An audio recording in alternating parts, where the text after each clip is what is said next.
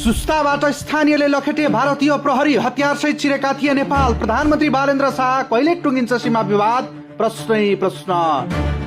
पश्चिम नवलपरासीको सुस्ता क्षेत्रमा नेपाली भूमिमा प्रवेश गरेका भारतीय सशस्त्र सीमा बल एसएसबी का सुरक्षाकर्मीलाई स्थानीयले प्रतिकार गर्दै फर्काएका छन्।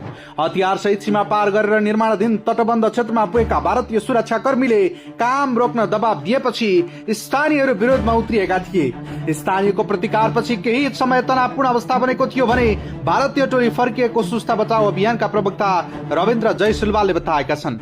स्थानीयका अनुसार भारतीय सुरक्षाकर्मी नारायण नदी तरेर नेपाली क्षेत्रमा प्रवेश गर्ने गरेका छन्।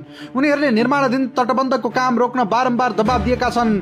स्थानीयले सोधेपछि अटेरी गरेका बासिन्दाहरू एकजुट भएर प्रतिकारमा उत्रिए। केही दिन अघि भारतीय पक्षले सोही दिनमा तटबन्ध निर्माणमा अवरोध गरेको स्थानीयको भनाइ छ।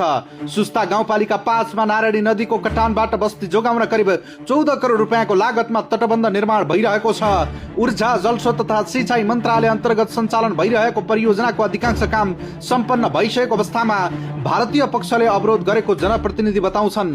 40 देखि 50 जनासम्म भारतीय सुरक्षाकर्मी निर्माण स्थल पुग्ने गरेका छन्। उनीहरूले निर्माण कार्य तत्काल रोक्न चेतावनी दिन्छन्। स्थानीयका अनुसार भारतीय पक्षले करिब 132 मिटर क्षेत्रमा निर्माण नगर्न दबाब दिइरहेको छ। घटनापछि जिल्ला प्रशासन कार्यालयले गृह मन्त्रालयलाई जानकारी गराइसकेको जनाएको छ। पश्चिम नवलपरासीका प्रमुख जिल्ला अधिकारी दीपक नेपालले निर्माण स्थल नेपाली भूभागभित्र रहेको जानकारी प्राप्त भएको भन्दै घटनाबारे गृह मन्त्रालय, नापी कार्यालय तथा सिंचाई कार्यालयसँग समन्वय भइरहेको बताएका छन्। भारतीय समकक्षीसँग समेत छलफल भइरहेको उनीहरूको भनाइ छ।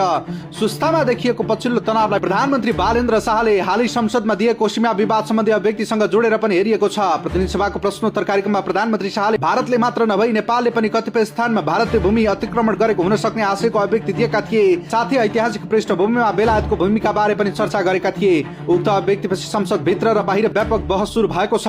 विवाद बढेपछि परराष्ट्र मन्त्रीले संसदमा स्पष्टीकरण दिँदै प्रधानमन्त्रीको आशयले नेपालले आधिकारिक रूपमा भारतीय भूमि कब्जा गरेको भन्ने नभई सीमा क्षेत्रमा हुने स्थानीय स्तरका अतिक्रमण तथा सीमा व्यापार बसोबाससँग सम्बन्धित रहेको बताएका थिए।